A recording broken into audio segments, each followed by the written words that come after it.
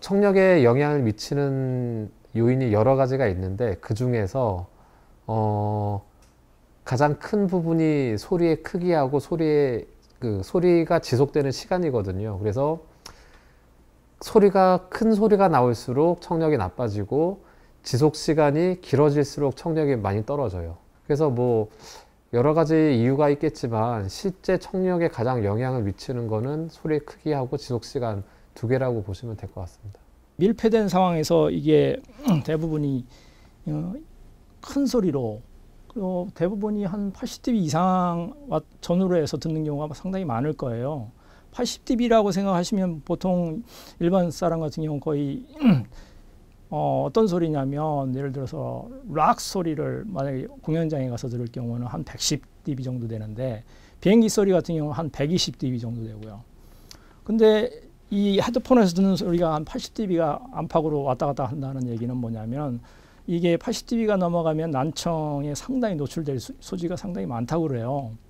그렇기 때문에 헤드폰 상에서 이게 밀폐된 상황에서 큰 고음량을 장시간, 1시간 이상 이렇게 장시간 듣게 되면 사람이라는 게 특성이 앞서 말씀드렸지만 이게 거기에 한번 이게 적응이 돼버리면 소리가 점점 작게 들려요.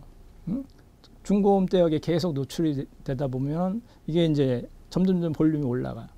자기도 모르게 어느 정도 좀 올라간다. 아, 이거 왜 이렇게 아까부터 처음 듣던 소리보다 좀 작지? 똑같은 레벨인데도 점점 자기도 모르는 사이에 볼륨이 올라가요. 그리고 그게 명료도가 떨어지고 아까 말씀드린 대로 둔탁한 소리에 자꾸 거기에 젖어 들어가는 거죠. 사람이 귀의 특성이 그렇기 때문에 중고음대의 주파수에 너무 노출이 많이 되면 상당히 귀의 피로라든지 난청의 요인이 되지 않을까 싶습니다.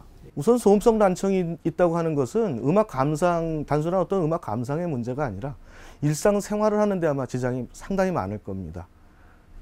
간단한 예를 하나만 들어드린다면은 일정한 볼륨, 그러니까 일정한 음량에서는 별 문제가 없겠지만 누군가 옆에 찾아와서 소곤소곤 말을 한다든지 가만히 앉았는데 어떤 귀에서 이상한 소리가 들린다든지 하는 여러 가지 일이 있어서 이건 단순히 음악 감상만의 문제라고 보기가 어렵죠. 일상생활 자체에 지장이 생길 테니까 상당히 주의해야 되는 그런 것이라고 말할 수 있겠죠.